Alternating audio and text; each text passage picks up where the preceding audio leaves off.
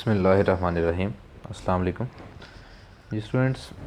आज हम पढ़ेंगे कि यंग्स मॉडल्स जो है ये शो क्या करता है, इसका मतलब क्या है इसका। ठीक है, पढ़ लिया, ठीक है, डेफिनेशन यूनिट सब पता है, लेकिन ये ज़ाहिर किसको करता है, आज हम उस चीज़ को डील करेंगे कि which property of a solid is shown by Young's models. तो जैसे कि आपके सामने है, मैंने लिखा है कि यंग्स मॉडल्स जो है जिसको models of elasticity in tension भी कहते हैं, खाली यंग्स मॉडल्स को, क्योंकि टेंशन वर्ड से क्या निकला है, टेंसाइल। तो टेंसाइल स्ट्रेस और स्ट्रेन के, अच्छा ये क्या है, is a mechanical property that measure the tensile stiffness hardness. Colour ज़रा चेंज कर लेते हैं। स्टिफनेस का मतलब क्या है, हार्डनेस। ठीक है, हार्डनेस को ये शो करेगा। अच्छा, अब हार्डनेस को कैसे शो करेगा यंग्स मॉडल्स जो है, देखें यंग्स मॉडल्स का जो आपने फार्मूला पढ़ा, स्ट्रेस ओवर स्ट्रेन, जिसको हम ये भी कह सकते हैं एफ और ए, ये स्ट्रेस है और नीचे strain delta L over L. सोचें दो चीज़ें हैं जिनमें इक्वल स्ट्रेन पैदा करना है, स्ट्रेन इक्वल पैदा करना है और एक पे ज़ोर ज़्यादा लगाना पड़ता है। मतलब वो दो वायर्स हैं, ये वायर्स हैं, एक वायर ये है और दूसरी वायर ये है। ये फ़र्ज़ कर लें कॉपर की है और ये आयरन की, दोनों की लंबाई अपने डबल करनी है, तो एक पे ज़ोर ज़्यादा लगाना पड़ेगा और दूसरे पे ज़ोर कम, स्ट्रेन भी इक्वल, क्योंकि दोनों की लंबाई डबल करनी है। तो जिस पे स्ट्रेस ज़्यादा लगाना पड़ेगा उसके लिए यंग्स मॉडल्स की वैल्यू क्या आएगी, ज़्यादा। इक्वल स्ट्रेन के लिए जिस पे ज़्यादा स्ट्रेस लगाना पड़ेगा उसका यंग मॉडल्स ज़्यादा होगा। इसका मतलब जिसका यंग मॉडल्स ज़्यादा है वो ज़्यादा ज़ोर लगवाता है, वो ज़्यादा हार्ड स्टिफ मटेरियल। बात समझ रहे हैं? तो ये स्टिफनेस मेजर करता है जो यंग्स मॉडल्स है। ठीक है, अगली बात, Young's models is a major of the ability of a material to withstand, कि वो कितना खड़ा रहता है, वो अनचेंज रहता है, अनअफेक्टेड रहता है, changes in length when it is under some lengthwise tension और कंप्रेशन। लेंथ वाइज टेंशन और कंप्रेशन से मुराद पता क्या है, लेंथ वाइज टेंशन और कंप्रेशन, इसका मतलब है टेंसाइल स्ट्रेस। समझ रहे कि आप टेंसाइल स्ट्रेस लगाते हैं और कोई चीज़ कितना अनअफेक्ट रहती है, अनअफेक्टेड रहती है, तो जो हार्ड होगी वही अनअफेक्टेड होगी ना, उस पर असर नहीं होगा। तो इसका मतलब जो हार्ड है वही अनअफेक्टेड रहेगी और उसी का यंग्स मॉडल्स ज़्यादा होगा। ये दो मेजर मेन डेफिनेशन हैं जो चलती हैं ओवरऑल। समझ आ गई बात की? इसका स्क्रीनशॉट ले लें, ये डेफिनेशंस आपने अपने नॉलेज के लिए बस याद रखनी है। और अगर आपने सिर्फ इसको समझना है तो हार्डनेस स्टिफनेस एक बेहतरीन इसका वर्ड है जो इसको रिप्रेजेंट करता है। ठीक है बेटा। अच्छा, इसके बाद आपकी बुक में एक टेबल बना है जो मैंने साइड पे यहाँ बनाया हुआ है। आप देखें जो लिक्विड्स हैं, फॉर लिक्विड्स वाई और के की वैल्यू, सॉरी के कह रहा हूँ, जो यंग मॉडल शीर मॉडल जी है, इज़ ऑलवेज ज़ीरो। क्या रीज़न है? आप सोचें यंग्स मॉडल्स तब यूज़ करते हैं जब लेंथ में कोई बिगाड़ पैदा करना हो, शीयर मॉडल्स तब यूज़ करते हैं जब शेप में कोई बिगाड़ पैदा करना हो।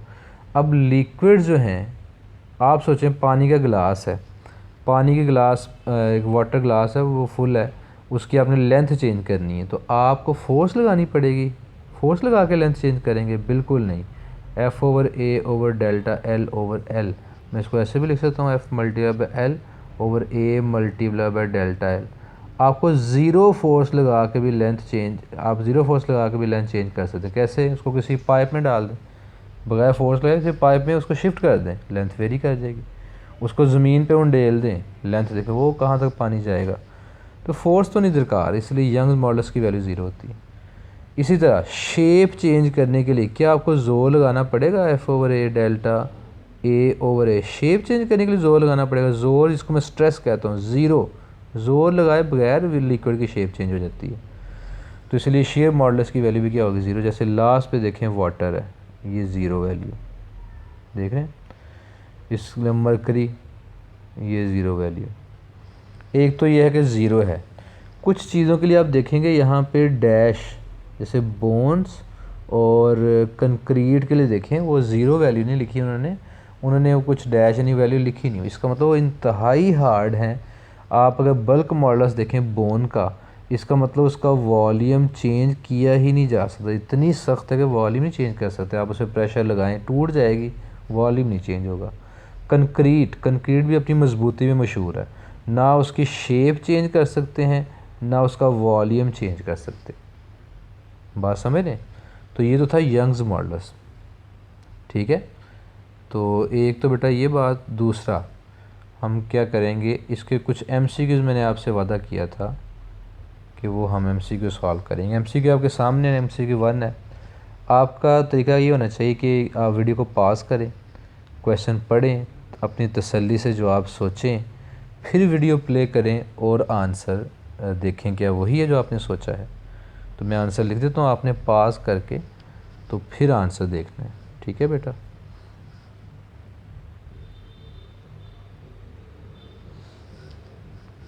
ये जो MCQ है पहला कि two steel wires A and B having lengths 1 and 2 metre respectively are subjected to same value of stress, what is the relation of change in length. तो चेंज इन लेंथ जो है वो रिलेशन आएगा ये Charlie. क्यों? Young's modulus का formula होता है F multiply by L over A multiply by delta L। ये मैंने वहाँ से किया है, F over A delta L over L। ये L ऊपर ले जाएं और एरिया नीचे आ जाएगा, तो ये फार्मूला बन गया। अच्छा, चूँकि हमें कहा है जी लेंथ है 1 और 2 मीटर, एक की लेंथ है 1 मीटर, दूसरे की 2, are subject to same value of stress, stress की वैल्यू सेम।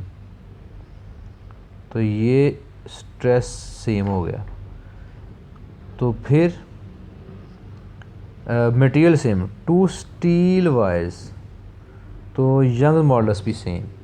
तो पता है डेल्टा L का फार्मूला फिर क्या रह जाता है। डेल्टा L का फार्मूला बनेगा delta L is equal to F multiply by L over A multiply by Y। इसमें स्ट्रेस भी सेम, Y भी सेम, तो change in length original length के डायरेक्टली प्रोपोर्शनल है। जिसकी ओरिजिनल लेंथ ज़्यादा उसी में चेंज इन लेंथ ज़्यादा। तो ओरिजिनल लेंथ किसकी ज़्यादा है, डाटा में देखें B की 2 मीटर, तो इसी में फिर चेंज इन लेंथ भी ज़्यादा होगी। बात समझ रहे, उसी में चेंज इन लेंथ भी ज़्यादा, तो आंसर ये भी चार्ली। इसको गौर से समझिएगा। सेकेंड MCQ की तरफ आते हैं जी। Two wires A and B of same length, बता दिया सेम लेंथ है, एक डाटा ये है, are subjected to same value of stress, stress की value same, what is the ratio of their strains, strains की रेशो आपने मालूम करनी है। If force applied on wires A and B are 10 newton and 20 newton respectively. Video pause करें और answer सोचें, फिर प्ले कीजिएगा और मेरा आंसर देखिएगा क्या है।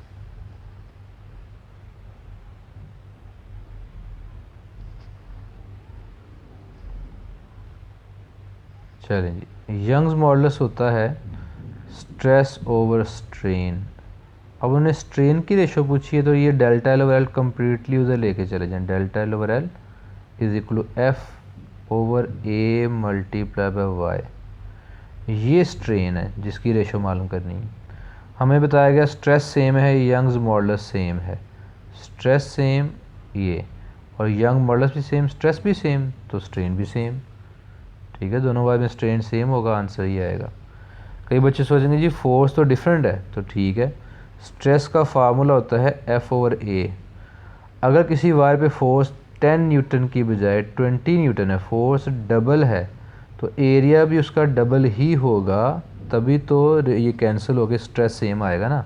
हमें stress value of stress same बताई है, ये देखें डाटा में थर्ड लाइन में जो सेम स्ट्रेस तभी होगा ना, हमें स्ट्रेस से गर्ज है, फोर्स ठीक है जो भी उसने बताया। तो ये था जनाब सेकंड एमसीक्यू। थर्ड एमसीक्यू की तरफ चलते हैं। A wire of copper and steel, अब देखें मटेरियल डिफरेंट है, स्टील और कॉपर वायर हैव, एक वायर कॉपर की दूसरी स्टील की, हैव सेम इनिशियल लेंथ, ठीक है, एंड क्रॉस सेक्शन एरिया भी सेम है। If the same force is applied on both, the force भी सेम लगा दी, then what is true for change in length. तो चेंज इन लेंथ के बारे में क्या चीज़ ठीक है बताएं जी, पॉज करके सोचें फिर आंसर देखें। लेकिन चेंज इन लेंथ जो है वो आंसर जो है आपका वो आएगा जनाब अल्फ़ा। अब अल्फ़ा क्यों, आप गौर करें कि जो यंग्स मॉडल्स का फार्मूला है F/A डेल्टा L/L या F multiply L/A multiply delta L, change in length का फार्मूला बनेगा F multiply L divided by A multiplied by Y। अब आप गौर करें कि फोर्स हमें बताएगी डाटा में कि फोर्स सेम है और फोर्स सेम के बाद लेंथ सेम, एरिया वगैरह क्रॉस सेक्शन एरिया भी सेम, तीन चीज़ें सेम होगी। इसका मतलब जो डेल्टा L है वो यंग्स मॉडल्स के इन्वर्सली प्रोपोर्शनल है, यंग्स मॉडल्स के इन्वर्सली प्रोपोर्शनल। अब जिसका यंग्स मॉडल्स ज़्यादा होगा उसमें चेंज इन लेंथ कम। अब यंग मॉडल्स आपको वैल्यू नहीं भी पता बिलफर्ज, तो फिर भी मैंने बताया कि यंग्स मॉडल स्टिफनेस में ये करता है। स्टील अपनी मजबूती में मशहूर है, कॉपर सॉफ्ट होगा, स्टील से ज़्यादा मजबूत तो मेटल नहीं है कोई, वो अलॉयज़ वगैरह बनाने वो अलग बात है, वैसे जो है तो कॉपर सॉफ्ट मेटल है और स्टील हार्ड है। इसका मतलब जो जिस कॉपर सॉफ्ट है तो कॉपर का यंग मॉडल्स कम, तो कॉपर में चेंज इन लेंथ क्या होगी ज़्यादा। बात समझ आइए, कॉपर का यंग मॉडल्स कम नरम होने की वजह से, यंग मॉडल्स की वैल्यू कम और चेंज इन लेंथ ज़्यादा, तो आंसर अल्फ़ा कि delta L C would be greater than delta L S.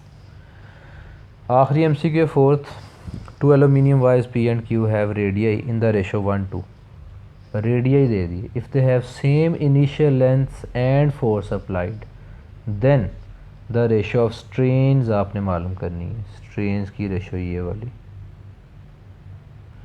पास करके सोचें फिर मैं आंसर बताता हूँ। गए जी, आंसर क्या आएगा, रेडियाई की रेशो। अब फिर वही फार्मूला देखें, यंग्स मॉडल्स का रिलेशन F/A delta L/L, F multiply L/A multiply delta L, change in length की ratio F multiply L/A multiply by Y।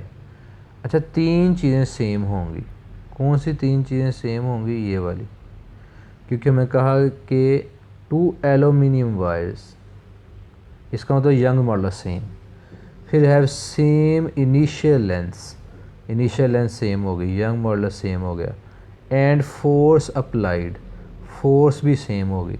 इसका मतलब जो चेंज इन लेंथ है वो आ जाके फिर किस पे डिपेंड करेगी, एरिया पे डिपेंड करेगी, और एरिया के इन्वर्सली प्रोपोर्शनल, ऐसा ही है। अच्छा, अब मैं इसको ये भी कह सकता हूँ कि ये प्रोपोर्शनल है, चेंज इन लेंथ प्रोपोर्शनल है 1/r²।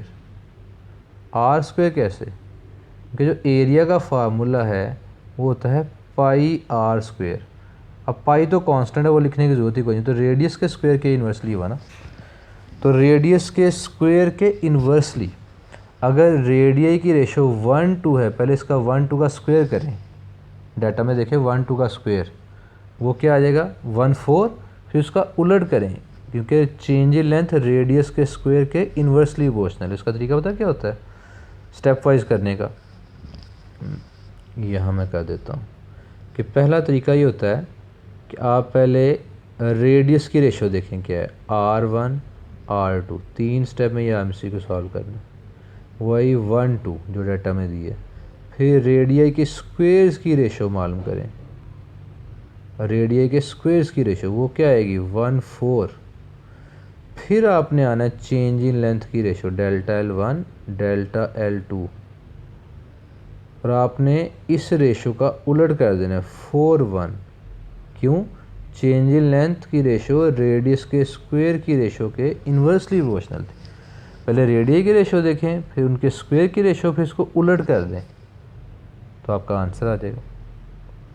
फॉलो कर रहे हैं ये बात? ना समझ आए तो रिवाइंड करके रिवाइज़ करके दोबारा देखें। ठीक है बेटा, आज के लिए इतना ही। बहुत शुक्रिया। अल्लाह हाफिज़।